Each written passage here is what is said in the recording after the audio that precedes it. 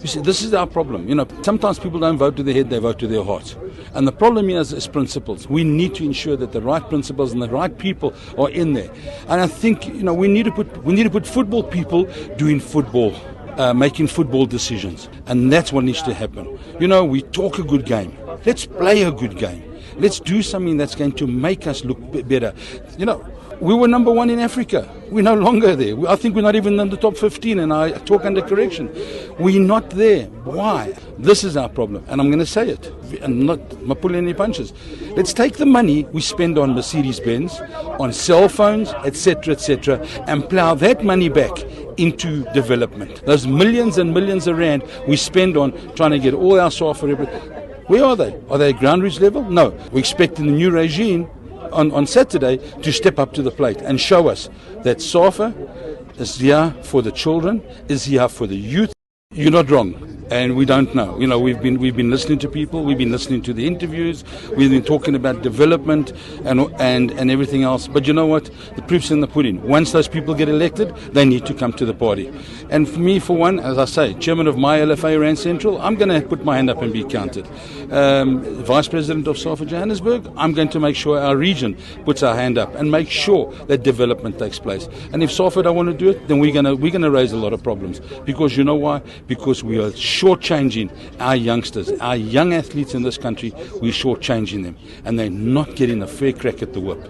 He was here for football. He was here for the youngsters. I remember going to a Chappies final and Stix Morewa on the ground watching the game with us. In actual fact, that Chappies final happened to be a curtain raiser to the Datsun Nissan final at Ellis Park.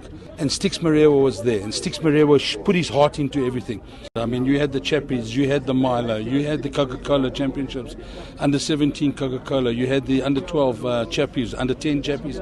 That's all disappeared off the face of the earth. All gone. Nothing. After Stix left us, and nothing happened in development. I left this country, I went to the States for a while, came back, and we still don't have any sort of development and where we're looking after our children and teaching them the basics and teaching them the techniques of how to play football.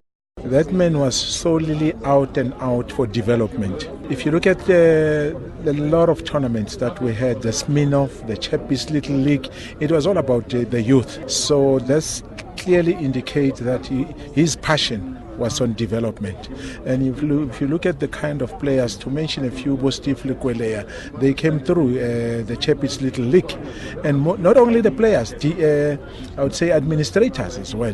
We had one of the greatest administrators, the late Eric Ngidi as well. May his soul rest in peace. They came through the Chappies Little League. We ventured into the international arena before we could do anything. But because of that youth development, we had a couple of players that who managed to go and stand for themselves in these tournaments. We need to find out and define what does the word development means. Somehow it talks about the ongoing long-term plan. So this is what I'm talking about. If you look at that team that went to Sydney, it's a team that came through the ranks of the under-17s together. We took them up to the under-20s. Yes, you're quite right. We went to the African Youth Championships in Morocco, and that team qualified for the World Youth Championships out in Malaysia. It was one team. It was not today selecting another team, the other day you select another team. Eventually, the very same team with an addition of maybe one or two players went to Australia, where they caused shock by beating one of the best nations, that is Brazil. So it tells you that, it confirms that development, it's just not what we can do today and tomorrow we do something else. We need to make sure that these players that we unearth in these junior teams, we keep them together for a long period, and then they go up to the end, which is playing for Bafana Bafana. You can't go take a motor mechanic and say he must run a football development. There'll be chaos. What I'm saying, we've got former football players who have done their great on the field of play, and some of them, they've already ventured into the administration. If you look at some of the FAs, we do have those people. So that is what I'm talking about when I talk about football. It's not about the big English that we're talking. It's the passion and the knowledge of what it is that we need to do and what are we developing. How, why, and when do we need to develop young players? If you look at today, if you go to any camp of the Bafana and find out how many of the players came through the youth ranks, sometimes you get it 0, and that tells us we need to start doing something else. That is why we can't hold for ourselves as the tournaments keep going on. If you look at other countries, which I don't want to mention, if you look at the Abedi Peles and all that, they represented their countries from junior levels.